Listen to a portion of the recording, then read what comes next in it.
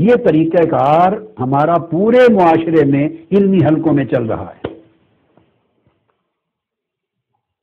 میں نے کل یہ بات کہی تھی، آج پھر دوہرا رہا ہوں. میں نام نہیں لوں گا. ایسے علماء اہل سنت کے ہیں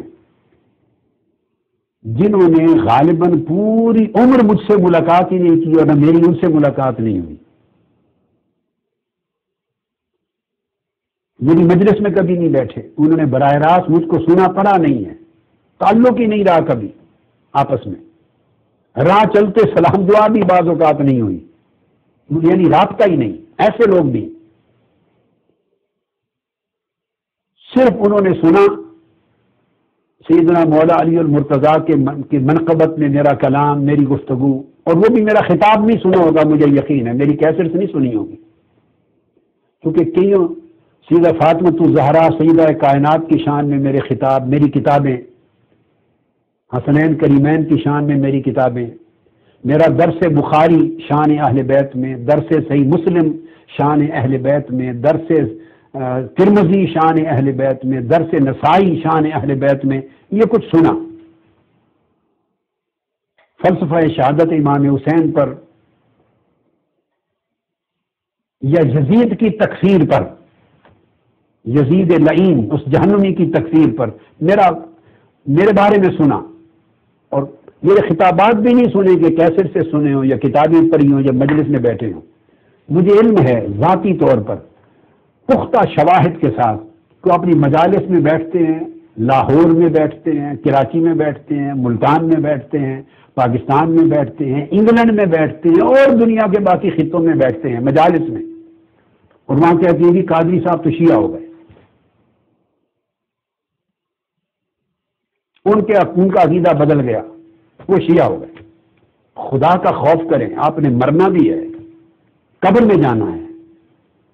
آپ دین کے نمائندے کہلاتے ہیں، حضور کی سنت کے پرچار کرنے والے ہیں، امت کو راہ ہدایت دینے والے ہیں. اگر آپ سنی سنائی بات پر بغیر تحقیق کے اس طرح جھوٹ بولنے لگیں گے، کذب بیانی کریں گے، تہمت لگائیں گے، تو اس دین کا اور امت کا حال کیا ہوگا؟ میں فینومینا کولیکٹو المیہ بتا رہا ہوں. اب میں اس کا دوسرا رخ بھی بتاؤں گا نا، شروع یہاں سے کر رہا ہوں. ان سے کسی نے پوچھا آپ نے میرا فلاں خطاب پڑھا؟ شان صدیق اکبر کے اوپر کانفرنس ہوئی تھی منہاج القرآن میں، وہ خطاب سنا، دیگر کتب پڑھی؟ تو جواب دیا نہیں جی، ہمیں فرصت ہی نہیں ہے کسی کی کتابیں پڑھنے کی، ہمارے پاس ٹائم نہیں ہے کسی کے کیسٹ اور خطاب بیٹھ کے سنیں. بھئی نہ تمہارے پاس کتابیں پڑھنے کی فرصت ہے، نہ تمہارے پاس کسی کا خطاب سننے کی فرصت ہے، مگر اس پر کمنٹ کرنے، تہمت لگانے کی فرصت ہے. یہ ایک المیہ ہے، اجتماعی المیہ. آقا علیہ السلام نے فرمایا کسی شخص کا جھوٹا اور کذاب ہونا اس کے لیے یہی کافی ہے کہ سنی سنائی بات آگے پہنچاتا پھر بغیر تحقیق کے. اب سوال یہ ہے کہ یہ پرابلم کیوں پیدا ہوا؟ میں یہ نقطہ بتا رہا ہوں. یہ کیوں پیدا ہوا پرابلم؟ یہ اس لیے پیدا ہوا کہ خارجیت کی گرد اہل سنت میں داخل ہونا شروع ہو گئی، گرد پڑنے لگی. یہ پچھلے 20 30 50 سال 40 سال کے عرصے میں یزیدی فکر نے، خارجی فکر نے، بغض اہل بیت کے فکر نے طاقت پکڑی. اس فکر کے ہاتھ میں بندوقیں آ گئیں، اس فکر والوں کی زبانیں دراز ہو گئیں، پھیل گئے. انہوں نے اتنا پروپیگنڈا کیا. ایک قاعدہ لوگ کہتے ہیں کہ اتنا جھوٹ بولو کہ اگر کوئی سچ بھی بولے تو وہ جھوٹا نظر آئے. جھوٹ کو اتنا پھیلا دو، ہر کان پر جھوٹ پہنچے، ہر کان پہ جھوٹ اتنا پہنچے، صبح شام اتنا جھوٹ کا تذکرہ ہو کہ اب اس جھوٹے ماحول میں اگر کوئی سچ بات کہہ دے تو وہ سچا جھوٹا نظر آئے. یہ ماحول کریٹ ہو چکا ہے. اب اہل بیت کے خلاف، سیدنا امام علی مقام سیدنا امام حسین کے خلاف، ان کے فیصلہ سفر کربلا کے خلاف، ان کی شہادت کے خلاف، پھر یزید کے حق میں بالواسطہ اتنا پرزور طریقے سے ایک مہم چلی، اور شان صحابہ میں خطابات، یہ گوشہ حق کا تھا، یہ ایمان کا پہلو تھا۔ مگر اہل بیت کے مقابلے میں صحابہ کرام کو لا کے کھڑا کر دیا گیا، جیسے دوسرے مکتب فکر، شیعہ مکتب فکر نے صحابہ کرام کے مقابلے میں اہل بیت کو لا کے کھڑا کر دیا۔ دونوں سمت دین اسلام کے ساتھ دشمنی ہوئی، دین اسلام پہ ظلم ہوا، آقا علیہ السلام کی تعلیمات سے انحراف ہوا، دونوں سمتوں میں۔ میں دوسرے رخ پہ ابھی بعد میں آتا ہوں۔ تو صحابہ کرام کے مناقب میں اتنا زور لگایا گیا جو لگانا چاہیے، میں بھی اسی سیریز پر گفتگو اب کر رہا ہوں۔ اتنا تذکرہ ہوا کہ نئی نسلوں میں اور نئے اہل علم اور علماء اور مجالس میں انہوں نے تذکرے ہی کم سنے اہل بیت اطہار کے۔ رفتہ رفتہ یہ خیال ڈیولپ ہو گیا کہ اہل بیت کی بات کرنے والا شیعہ ہوتا ہے، حب علی کی بات کرنے والا شیعہ ہوتا ہے، حضرت علی کو مولا علی جو کہہ دے وہ بھی شیعہ ہوتا ہے۔ وہ بھول گئے کہ یہ ٹائٹل تاجدار کائنات نے عطا کیا تھا، من کنت مولاہ فعلی مولاہ، جو مولا کائنات کہہ دے آپ کو وہ شیعہ ہے۔ بھول گئے کہ یہ مولا کائنات تو آقا علیہ السلام نے بنایا ہے ان کو، من کنت مولاہ فعلی مولاہ۔ اہل بیت کا جو تذکرہ کرے، جو ان کی شان بیان کرے تو وہ شیعہ ہوتا ہے۔ اس کو اتنا پھیلایا اتنا پھیلایا اتنا پھیلایا گیا کہ اہل سنت کے لوگ جن کے آباء و اجداد اور اوپر کی نسلیں اہل بیت کی محبت میں غرق رہتی تھی، فنا رہتی تھی، جن کے ایمان کا خمیر حب اہل بیت سے اور حب صحابہ سے، محبت اہل بیت اور محبت صحابہ، تعظیم و تکریم اہل بیت اور تعظیم و تکریم صحابہ سے مل کر اٹھا تھا، جن کا خمیر مل کر اٹھا تھا۔ ان کے خیال سے اہل بیت نکلتے گئے، اہمیت کم ہوتی گئی، اہل بیت کی محبت کا تذکرہ خوف سے، جھجک سے ڈیفینسو پر چلے گئے، دینی مذہبی دہشت گردی کی وجہ سے، مذہبی دہشت گردی کی وجہ سے پیچھے چلے گئے، اور اثرات بڑھتے بڑھتے چونکہ کسی نے روک ٹوک نہیں کی، کئی سال گزر گئے، نتیجہ یہ ہوا کہ یہ ذہن بن گیا کہ اب جا کے جب میں نے محسوس کیا کہ خارجیت کا غلبہ ہوتا جا رہا ہے عقیدہ اہل سنت پر، حب اہل بیت، تعظیم و تکریم اہل بیت، تمسک باہل بیت نکلتا جا رہا ہے، جو ہمارے ائمہ کا، اکابر کا، محدثین کا، اولیاء کا، صوفیاء کا، سلاسل طریقت کا شیوا تھا، نکلتا جا رہا ہے۔ تو میں نے پچھلے 10 سال کا عرصہ کم و بیش یا اس سے زائد میں نے اس محاذ پر کام کیا۔ اب جو لوگ شناسا نہیں رہے تھے کہ اہل بیت کی محبت اور عظمت اس انداز کے ساتھ یہ اہل سنت والجماعت کا عقیدہ اور ایمان ہے، جب انہوں نے یہ آواز اپنے کانوں پر سنی، بغیر تحقیق کے مدرسوں میں، مسجدوں میں، اپنی مجالس میں تہمت لگا دی، شیعہ ہو گئے، شیعہ ہو گئے، گویا اہل بیت کی محبت کو شیعہ کے کھاتے میں ڈال دیا۔ اب اہل سنت صرف وہ ہیں، معاذ اللہ استغفر اللہ، جو صرف صحابہ کرام کا دامن تھامے اور اہل بیت سے تعلق نہ رکھیں، استغفر اللہ، الا ماشاء اللہ۔ میں سب کی بات نہیں کر رہا ہوں، یعنی ایسے ذہن ناپختہ، کچے، کم علم، اس طرح کے ذہن پیدا ہو گئے، اور اس میں بڑا رول پلے کرتا ہے مناظرانہ ماحول۔ جب آپ دین میں مناظرے شروع کر دیتے ہیں تو مناظرے میں پھر ایسی کی تیسی ہوتی ہے، اینٹ کا جواب پتھر ہوتا ہے، اور حقائق کا بھی انکار ہوتا چلا جاتا ہے دونوں سمتوں سے۔ تو مناظرانہ ماحول نے دین کو اور دینی فکر کو نقصان پہنچایا ہے، یہ ایک صورت ہوئی۔ اب دوسری سمت، یہ رد عمل ہوا ہے، میں اب اہل تشیع کو کہہ رہا ہوں، اب ان کی طرف مخاطب ہوں۔ ایک زمانہ تھا جب صحابہ کرام کو مجالس میں، ٹی وی پر، خطابات میں اس طرح کھلے عام نام لے کر سب و شتم اور گالیاں نہیں ہوتی تھی۔ یہ باتیں کتابوں کی حد تک مناظر لوگ لکھتے تھے اور ان کی روایات میں ملتا تھا، مگر مجالس میں ایک رواداری تھی، ایک محبت، احترام تھا، ادب تھا۔ مجھے میرے والد گرامی رحمت اللہ تعالی علیہ خود بتایا کرتے تھے، جب وہ 30s کا زمانہ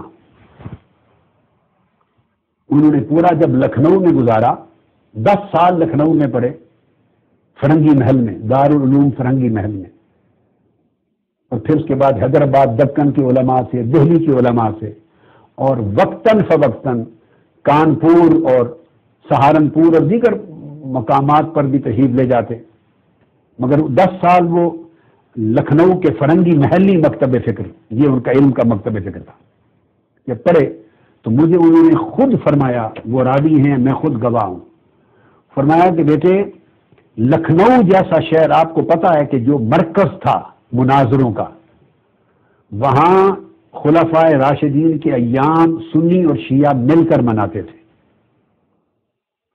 یوم صدیق اکبر، یوم فاروق اعظم، یوم عثمان غنی، یوم علی شیر خدا اور شہادت امام حسین کا 10 محرم الحرام، یہ 5 تقریبات اہل سنت اہل تشیع مل کر کرتے تھے ایک ہی سٹیج پر۔ تو شیعہ شعراء اور شیعہ علماء وہ خلفائے ثلاثہ کی شان میں اپنا منظوم کلام بھی پیش کرتے، خطاب بھی کرتے تھے، اور سنی علماء پھر اہل بیت اطہار کی شان میں اپنا منظوم کلام شعراء اور علماء خطاب کرتے تھے۔ اس طرح جوائنٹ وینچر ہوتا تھا، ایک دوسرے پر پتھر اور اینٹیں نہیں برسائی جاتی تھی۔ آپ نے اس وجہ سے یہ بھی دیکھا ہوگا کہ طویل زمانہ ہم نے تو دیکھا ہے بہت بچپن میں، مگر ہمارے دیکھتے ہی دیکھتے فضا بدل گئی۔ شیعہ حضرات 10 محرم الحرام کو یا محرم کے 10 دنوں کو اپنے جلوس نکالتے تھے اپنے عقیدہ اپنے مسلک کے مطابق، مگر اہل سنت کبھی اینٹیں نہیں برساتے تھے، پتھر نہیں برساتے تھے، اپنی آزادی کے ساتھ کرتے تھے۔ وہ جب میلاد پاک کے معاملات آتے تھے تو پتھر اینٹیں نہیں برسا کرتی تھی آقا علیہ السلام کے میلاد پر، ہر کوئی ایک دوسرے کے مسلک کے شعار کا احترام کرتا تھا، ایک حیا تھا، کئی تقریبات اکٹھی منعقد ہوتی تھی، یہ ایک دور تھا، ایک کلچر تھا۔ تو ہوا یہ کہ جب اہل تشیع کے لیے میں نصیحت کی بات کر رہا ہوں، جب انہوں نے اس بات پہ زور دیا، ان کے عقیدہ اور مسلک میں یہ بات نئی نہیں تھی، طویل چلی آ رہی ہے، اول دن سے کم و بیش اس طرح ہے، مگر جب شدت اختیار ہو جاتی ہے، یہ 2 زمانوں میں ہوئی، ایک جب زوال بغداد ہوا، خلافت بنو عباس اور خلافت بغداد کا ڈاؤن فال ہوا، اس وقت شیعہ سنی مناظرے انتہا پر چلے گئے تھے۔ خلیفہ مستعصم باللہ اہل سنت تھا، اس کا بیٹا ابو بکر وہ لیڈ کرتا تھا، سرپرست تھا اہل سنت کے مناظروں کا، اور اس کا وزیر اعظم تھا ابن القمی۔ ابن القمی شیعہ تھا اور وہ سرپرستی کرتا تھا شیعہ حضرات کی، اور ہر وقت گلی کوچے میں مناظرے ہوتے تھے، اور امت دست و گریبان تھی، ٹکڑے ٹکڑے ہو گئے تھے، اور ان ٹکڑے ٹکڑے ہو جانے کے بعد اجتماعی قوت امت کی اتنی کمزور پڑ گئی تھی کہ ان حالات میں چنگیزیوں نے بغداد پہ حملہ کیا، ہلاکو خان کا، چنگیز خان کا آپ نے سن رکھا ہے، اور 1252 ہجری، 656 658 ہجری اور 1252 عیسوی حملہ کیا، اور 23 لاکھ مسلمانوں کو شہید کر دیا۔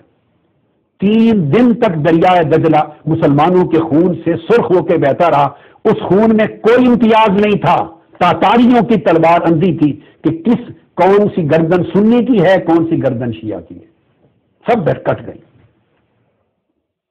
آج ایک عرصے سے بڑھتے بڑھتے یہی کیفیت ہے، برطانیہ میں تو 6 7 8 ماہ سے، اور باقی کئی علاقوں میں پھر زوروں پر ہے امت کو ٹکڑے کرنے کے لیے۔ تو میں ان کو بتانا چاہتا ہوں، اہل تشیع بھائیوں کو، کہ اگر تو بات مثبت طریقے رہے، اہل بیت اطہار کی شان بیان کریں، مسلک کا انحصار اس پر ہو، پازیٹو ویلیوز پر ہو، تو اہل سنت بھی ساتھ ہو کے چلیں، آپ بھی ساتھ ہو کے چلیں، کیونکہ مولا علی شیر خدا کی شان پر اہل سنت ان کا ایمان ہے، اہل بیت اطہار پر ایمان ہے اہل سنت کا۔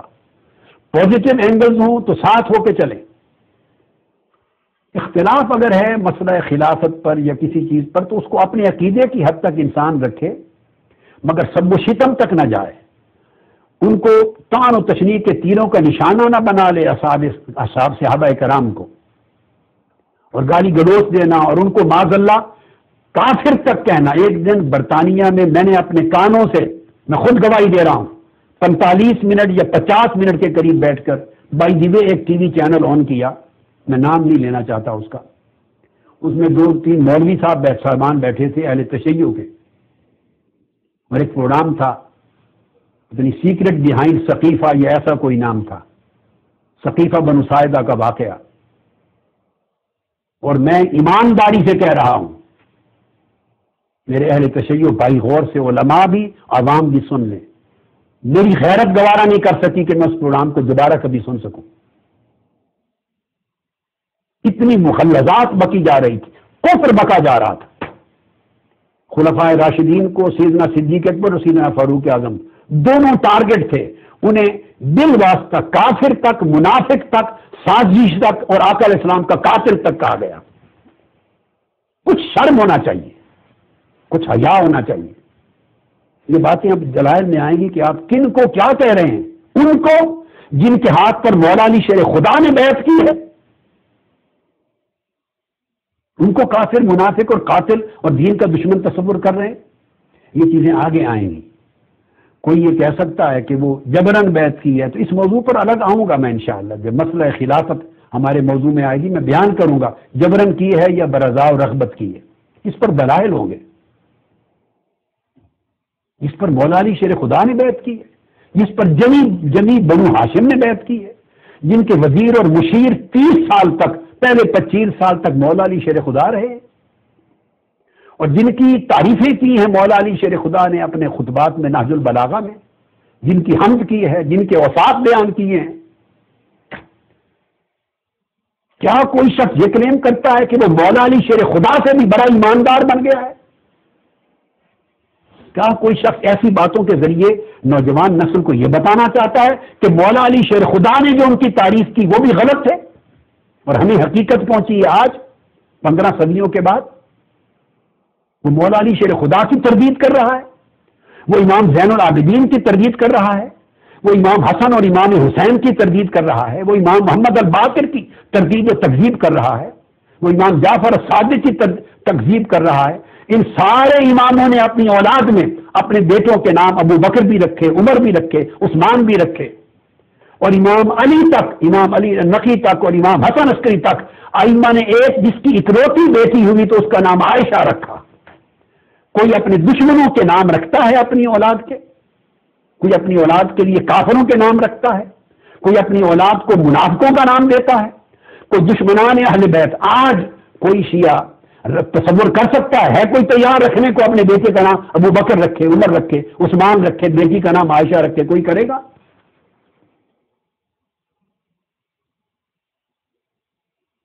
ہم مسلمان کسی بچے کا نام ابو جہل، ابو لہب رکھنے کو تیار ہیں؟ کوئی ادنا سے ادنا دینی غیرت رکھنے والا مسلمان بھی دین کے دشمن کا نام اپنی اولاد کو نہیں دیتا. تو یہ چیزیں میں آگے دوں گا، اور اہل سنت کی کتب میں نہیں، یہ ائمہ اہل تشیع نے بیان کی ہے. اہل تشیع کی کتب بڑی بڑی ہیں ان چیزوں سے. 11 امام، امام حسن عسکری تک 11 امام سارے اپنی اولاد میں نام خلفائے راشدین کے ناموں پہ رکھتے رہے، اور بعض اماموں کی اکلوتی بیٹی ہوئی تو اس کا نام عائشہ رکھا. یہ میں دلائل دوں گا کتابوں سے، ایکچوئل کتابوں سے ریفرنس دوں گا. یہ بات تو میں نے بائی دی وے برسبیل تذکرہ صرف اس لیے عرض کر دی کہ سوچنے کی بات ہے. کچھ ذرا ٹھہریے، خدا کے لیے ٹھہریے، رک کر سوچیے، تأمل کیجیے کدھر جا رہے ہیں آپ. امت کو کیا میسج دینا چاہتے ہیں کہ آقا علیہ السلام 23 برس کاوش کی، 1.25 لاکھ مسلمان کیے صحابہ کرام، اور معاذ اللہ ان کے بعد صرف 10، 11، 12، 20، 25 جو بنو ہاشم کے ساتھ اس وقت تھوڑے سے رہ گئے تھے وہی صحابہ رہے، باقی معاذ اللہ استغفر اللہ سب مرتد ہو گئے، کافر تھے، منافق تھے. کسے ناکام قرار دینا چاہتے ہیں آپ؟ رسالت محمدی کو.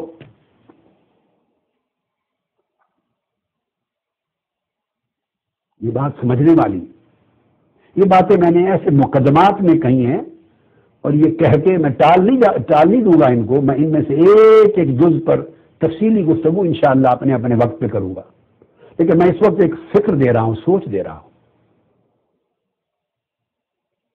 دین کبھی مکمل نہیں ہوگا جب تک ادھر اہل بیت اطہار، ادھر خلفائے راشدین اور صحابہ کرام دونوں کے دامن یکجا نہیں تھامے جائیں گے، دونوں کی عزت، تکریم اور محبت اکٹھی نہیں ہوگی.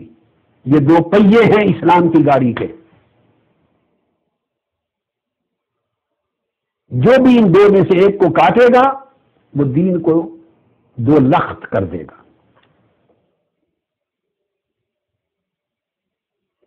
یہ وجہ ہے کہ کل پچھلی گفتگو میں جو کل ہوئی میں نے اس کو دہرانا نہیں چاہتا، صرف اس میں سے دو باتیں اختصاراً تذکرہ کر کے آگے چلنا چاہتا ہوں۔ اور وہ دو باتیں، ایک تو آپ کو یاد ہے میں نے خلافت آدم علیہ السلام کی بات کی تھی، اور میں نے کہا تھا کہ مسئلہ خلافت پر اختلاف امت محمدی میں ہی نہیں ہوا صلی اللہ علیہ وسلم، یہ تاریخ انسانی کا پہلا اختلاف ہی مسئلہ خلافت پہ ہوا تھا اس کائنات میں، عرضی کائنات۔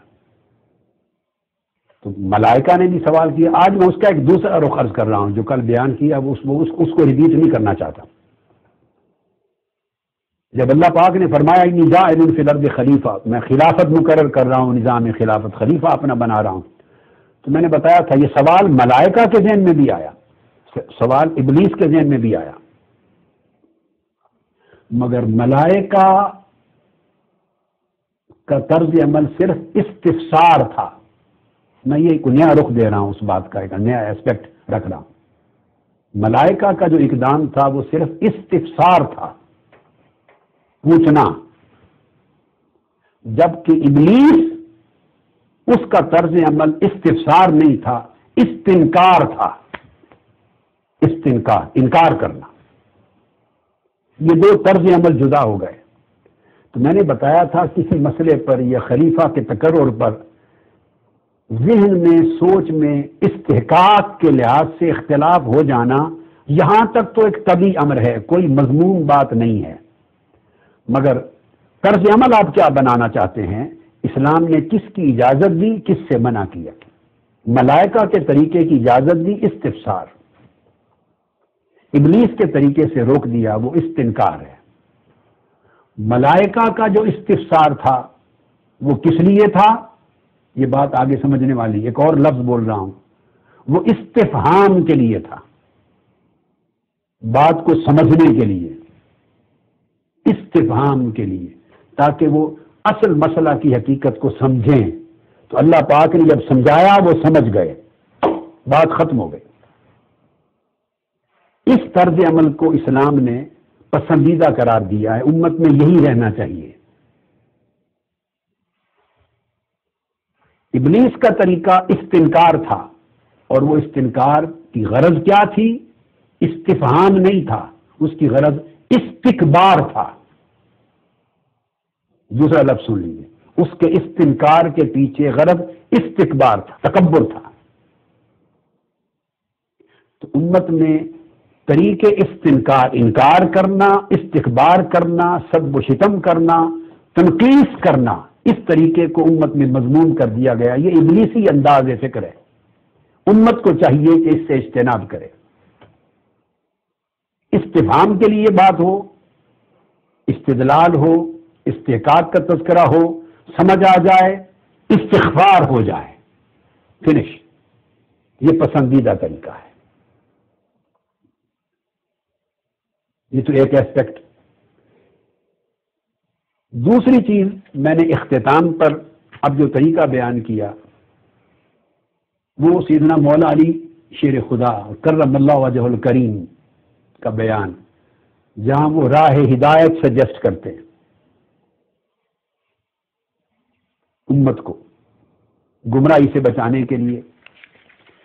وہ حوالہ کل میں دے چکا،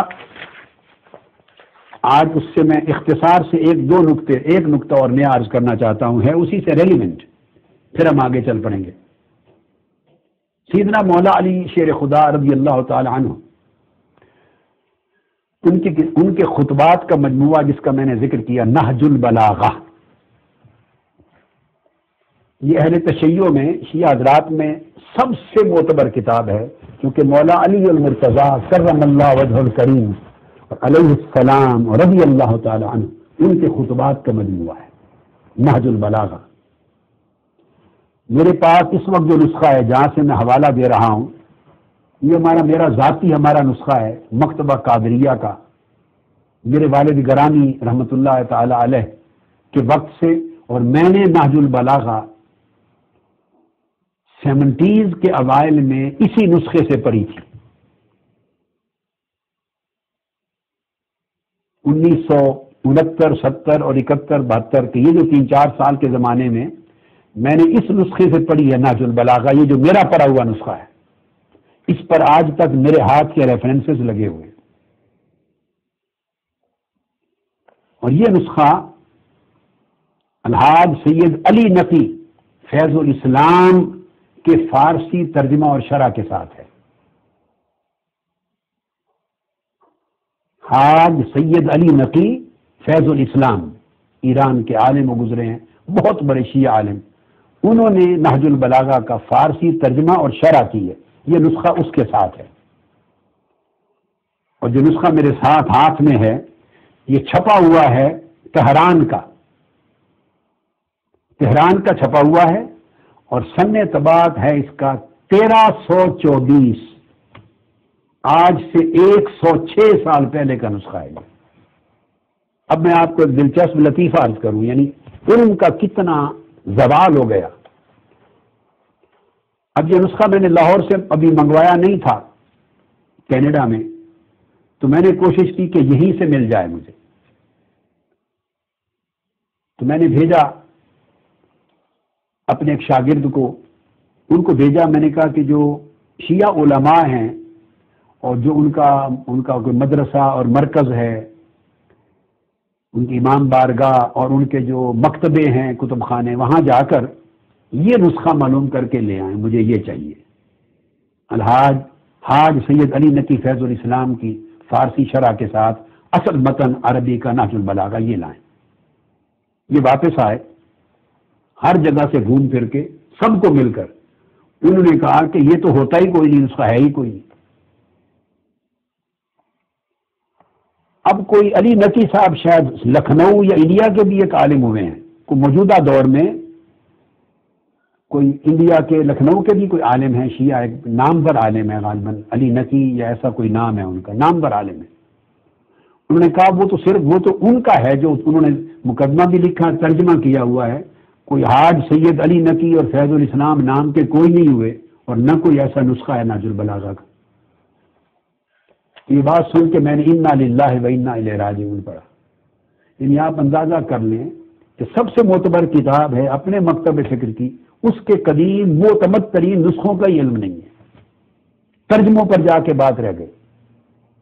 یہ مفتی جعفر حسین صاحب کا اردو ترجمہ ہے نہج البلاغہ کا، دنیا میں جہاں جائیں بس وہی پڑھا جاتا ہے. انہوں نے وہ بھجوا دیا توفتاً. میں شکریہ ادا کرتا ہوں اور خواہش کی کہ میں زیارت کے لیے بھی کبھی ملاقات کے لیے حاضر ہونا چاہتا ہوں سر آنکھوں پر. کسی وقت انشاءاللہ میں ٹائم دے دوں گا ملاقات کا، تشریف لے آئیں گے. تو میں یہ عرض کرنا چاہتا ہوں کہ وہ مفتی جعفر حسین صاحب کا اردو ترجمہ ہے یا کوئی اور جو لکھے گئے، بس اردو ترجموں پر اکتفا ہے. اور یہ زوال علم کا دونوں طرف ہے. آپ یہ نہ سمجھیے کہ صرف ان کا حال ہے، دونوں طرف عالم یہ ہے. سب ترجموں پر چل رہے ہیں الا ماشاء اللہ، سوائے محقق اساتذہ اچھے علماء کے. اور میں یہ کلچر ڈیولپ کرنا چاہتا ہوں، اوریجنل بکس کے ساتھ شناسائی پیدا کریں.